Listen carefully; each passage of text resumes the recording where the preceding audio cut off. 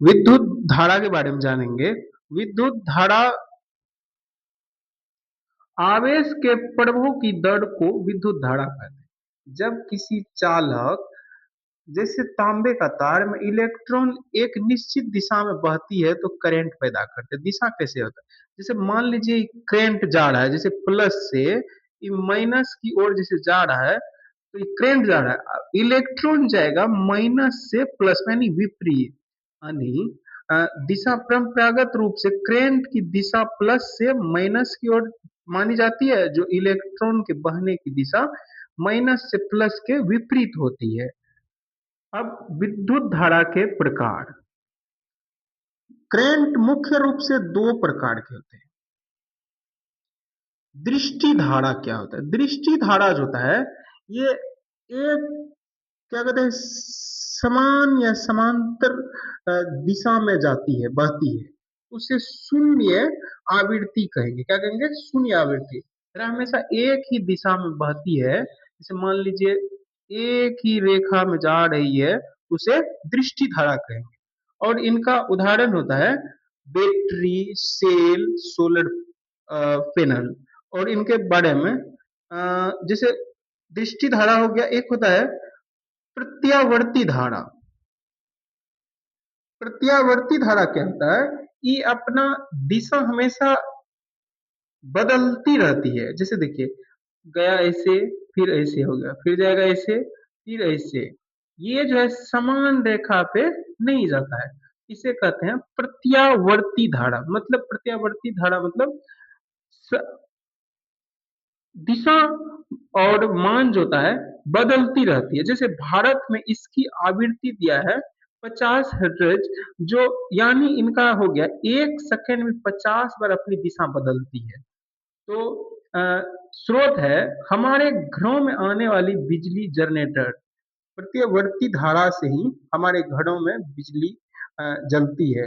जिसे प्रत्यावर्ती धारा को एसी से सूचित किया जाता है, और दृष्टि धारा को डीसी से सूचित किया जाता है। ठीक, उनके बाद देखेंगे, अब अध्ययन करेंगे धारा के प्रवाह के लिए जरूरी त्रिकोण, या नो होगा,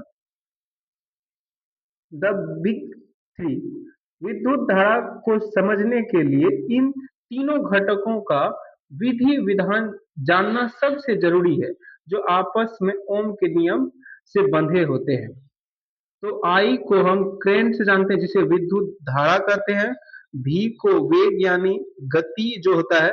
आर को प्रतिरोध कहते हैं। जैसे यहाँ दिया गया है वोल्टेज। जैसे वोल्टेज होता है, यह विद्युत दबाव या प्रेशर है जो इलेक्ट्रॉन को धक्का देता है।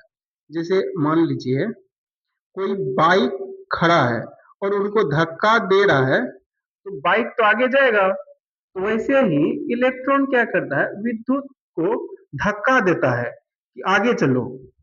तो वहां से क्या होता है, इसके बिना करंट नहीं बह सकता। इलेक्ट्रॉन जब तक धक्का नहीं देगा तब तक करंट आगे नहीं जाएगा।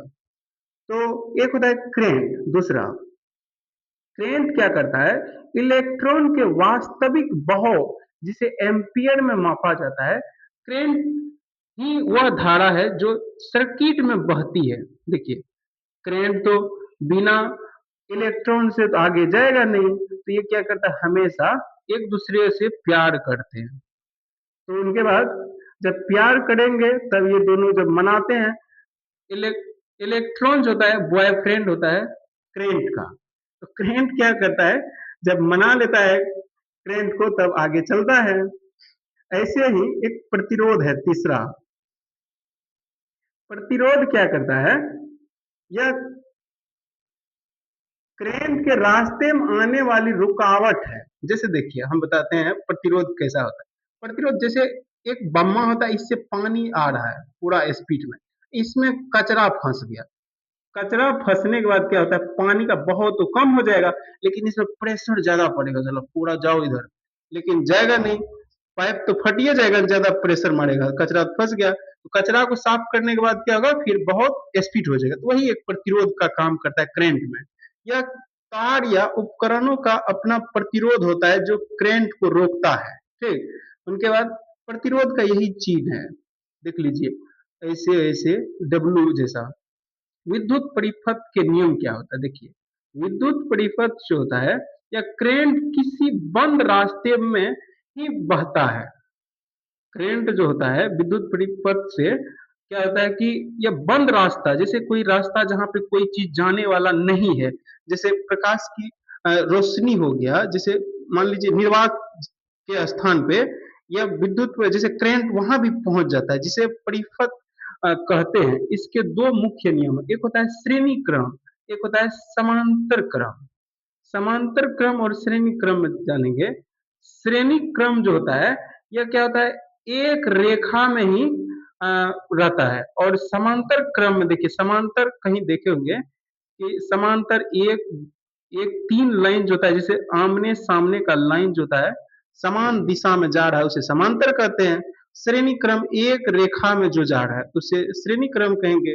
जैसे सभी उपकरण एक ही लाइन में जुड़े होते हैं, जैसे पूरे परिपथ में करंट का मान समान रहता है लेकिन वोल्टेज बढ़ जाता है। श्रेणी क्रम में करंट जो होता है एक समान होता है और वोल्टेज जो होता है बढ़ जाता है। समांतर क्रम में देखिए क्या होता है, यह सभी उपकरणों में अलग अलग शाखाओं में जुड़े होते हैं। यहाँ से देखिए, यहाँ से करंट जा रहा है, यहाँ भी जुड़े हैं, फिर यहाँ भी जुड़े हैं, यहाँ भी जुड़े हैं। तो ये हमारे घरों में वायरिंग इसी क्रम में होते हैं। इनके बाद अब हम विद्युत परिपथ के नियम को अच्छे से जानेंगे। करंट किसी बंद रास्ते में ही बहता है जिसे परिपथ कहते हैं, ये तो हम जाने। इसके दो मुख्य नियम होते हैं, श्रेणी क्रम एक होता है समांतर क्रम। उनके बाद विद्युत धारा के प्रभाव। जब किसी तार से करंट गुजरता है तो वह तीन मुख्य प्रभाव दिखाता है। जैसे देखिए, एक होता है उष्मीय प्रभाव, उष्मीय जैसे हीट हो गया, जैसे देखते होंगे कि तार का गर्म होना, तो तार गर्म जब होता है तो उसमें से उष्मीय प्रभाव उसे कहते हैं। जैसे उदाहरण हीटर, गीजर, प्रेस, इनका सूत्र होता है उष्मीय, जैसे हीटिंग बराबर करंट का स्क्वायर कर दिया प्रतिरोध गुना टाइम कर दिया। इससे क्या हो जाता है, उष्मीय प्रभाव का जैसे हीट कितना है इसमें वह निकल जाएगा। चुंबकीय प्रभाव, चुंबकीय प्रभाव पंखा में दिखना, जैसे पंखा हो गया, उनके बाद मोटर, पंखा सब में उदाहरण होता है। जैसे चुंबकीय प्रभाव होता है करंट बहने पर तार के चारों ओर चुंबकीय क्षेत्र बनना, उदाहरण विद्युत मोटर, पंखा। जैसे देखिए, इनके पंखा चारों साइड जब घूमता है तो उसमें तार जोड़ेगा तो क्या होगा कि तार तो टूट ही जाएगा। तो यहाँ क्या होता है, विद्युत प्रभाव होता है। जैसे चारों साइड ही घूमता है तो यहाँ पे चारों साइड विद्युत प्रभाव होता है जो इसी से करंट जाता है। ठीक, उनके बाद देखेंगे रासायनिक प्रभाव क्या होता है। रासायनिक प्रभाव, जैसे रसायन से नाम से ही लिक्विड का याद आते हैं। जैसे किसी केमिकल, किसी लिक्विड से करंट गुजरने पर रासायनिक रिएक्शन होना, उदाहरण बैटरी चार्जिंग इलेक्ट्रॉन। तो इससे पूछा जाता है कि रासायनिक प्रभाव क्या होता है। रासायनिक प्रभाव जैसे कोई लिक्विड हो गया, केमिकल हो गया, तो जिस केमिकल में करंट होता है उसे रासायनिक प्रभाव कहेंगे। प्रकाश प्रभाव क्या होता है, प्रकाश प्रभाव होता है जब करंट किसी फिलामेंट से गुजरता है तो वह प्रकाश उत्पन्न करता है, उदाहरण बल्ब। इसमें करंट जैसे फिलामेंट में उत्पन्न हुआ, यहाँ फिलामेंट होता है, देखते होंगे ऐसे ऐसे फिलामेंट इसे कहते हैं। इसी में करंट जब उत्पन्न गुजरता है तो वह प्रकाश उत्पन्न करता है। विद्युत धारा प्रभाव का अध्ययन कर लिए। उनके बाद इसमें कुछ है,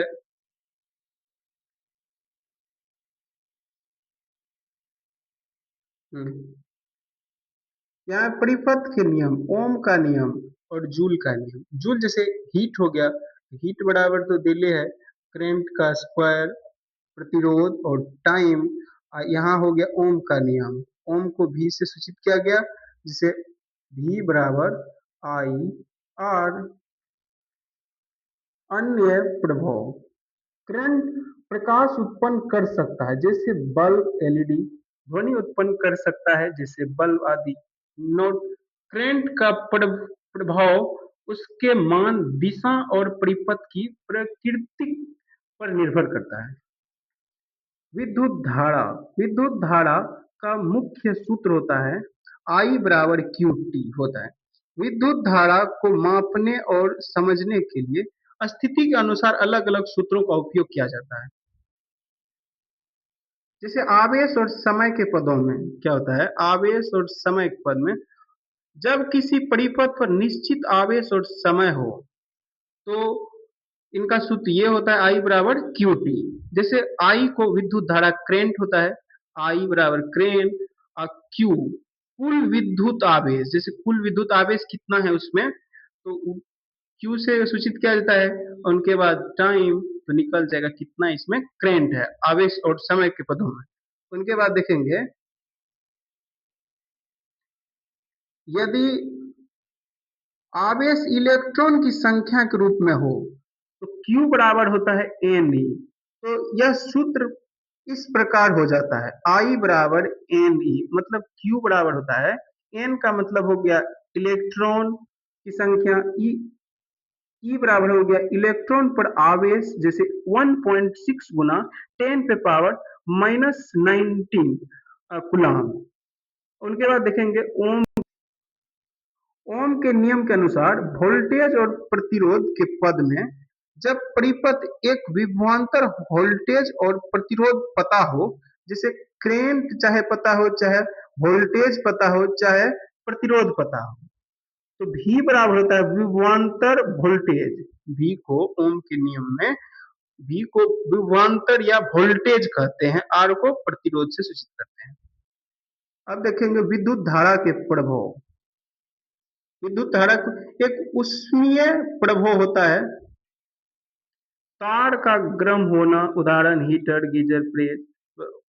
विद्युत धारा प्रभाव पढ़ लिए, जो चुंबकीय प्रभाव होता है उसे विद्युतीय धारा प्रभाव कहते हैं। विद्युत धारा के प्रभाव अति यहाँ पे हो जाएगा,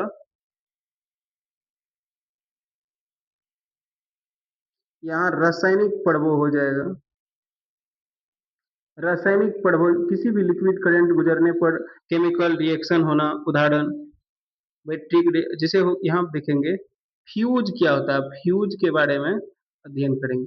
फ्यूज देखते होंगे घर में लगाया जाता है, जैसे बोर्ड में लगाया जाता है, यहाँ पे बटन होगा, यहाँ पे बटन होगा, यहाँ पे लाल वाला होगा, यहाँ पे फ्यूज होगा। फ्यूज क्यों लगाया जाता है, जैसे मान लीजिए कभी करंट ज्यादा हो गया या कम है तो फ्यूज ओवरलोडिंग या शॉर्ट या सर्किट क्या होता है होने पर यह करंट को तुरंत काट देता है ताकि घर के उपकरण सुरक्षित रहे।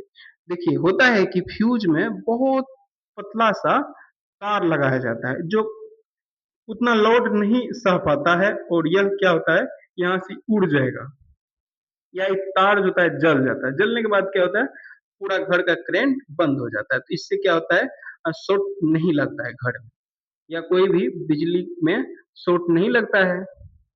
उनके बाद देखेंगे